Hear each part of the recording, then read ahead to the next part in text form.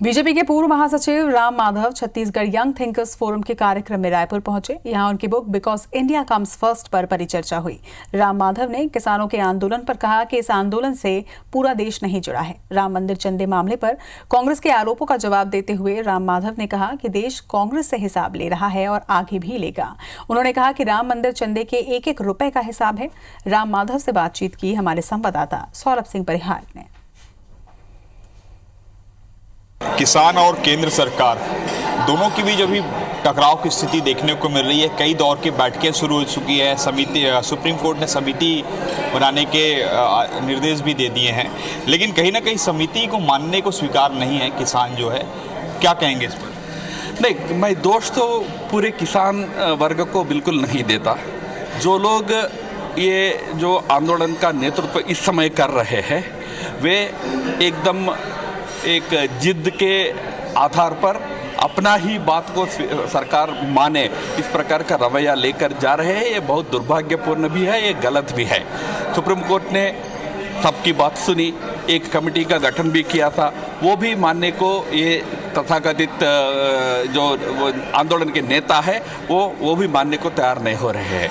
ये गलत है। और मैं फिर एक बार कहता हूँ, सरकार ने जो 3 कानून लाया था वे किसानों के हित में है। और उससे भी महत्वपूर्ण बात यह है कि जो लोग आज आंदोलन कर रहे हैं वही लोग स्वयं इन सुधारों का, इन रिफॉर्म्स की मांग कर रहे थे 1 साल पहले तक। सर, एक राम मंदिर को लेकर एक बड़ा मुद्दा भी छाया हुआ है। कांग्रेस लगातार हिसाब मांग रही है। जो पिछले बार आप लोगों ने चंदा इकट्ठा किया था उसको लेकर हिसाब मांग रही है, इस पर क्या कहेंगे?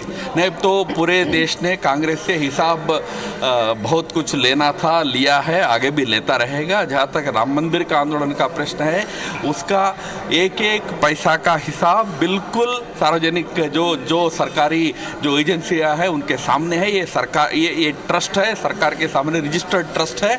उसका एक एक पैसे का जो भी विवरण है, जो भी उसका ये है वो सरकारी एजेंसीज के सामने है। और पूरा देश एकजुट होकर आज भव्य राम मंदिर बनाने के लिए फिर से आगे आया है।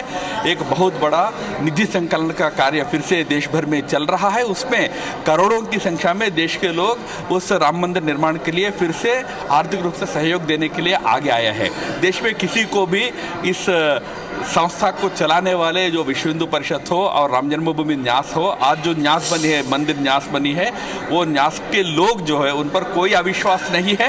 इसलिए पूरा देश आगे आकर मंदिर निर्माण के लिए सहायता दे रही है। 15 साल तक यहाँ पर बीजेपी की सरकार रही, लेकिन नक्सलवाद समाप्त नहीं हो पाए, बल्कि घटनाएं और बढ़ी। अभी ये कांग्रेस की सरकार आई है। ओवरऑल नक्सलवाद के मुद्दे पर क्या कहेंगे कि देश से नक्सलवाद कैसे खत्म किया जा सकता है? अभी केंद्र में मोदी की भी सरकार है। नक्सलवाद के मुद्दे को पहले राजनीतिक चश्मे से देखना नहीं चाहिए। किस सरकार है, क्या है, इससे अच्छा सब मिलकर, छत्तीसगढ़ में भी कांग्रेस बीजेपी दोनों मिलकर इसके खिलाफ जो प्रयास होना चाहिए वो प्रयास करना चाहिए। देश के तमाम राज्यों में नक्सली हिंसा पर ने बहुत बड़ा नियंत्रण लागू करने में पाने में सफलता मिली है।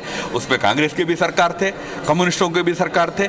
कई अलग अलग राज्यों के अंदर कई अलग अलग सरकारों ने नक्सलिज्म को कंट्रोल करने के विषय में अच्छी सफल प्रयास किए थे। छत्तीसगढ़ में भी होना आवश्यक है।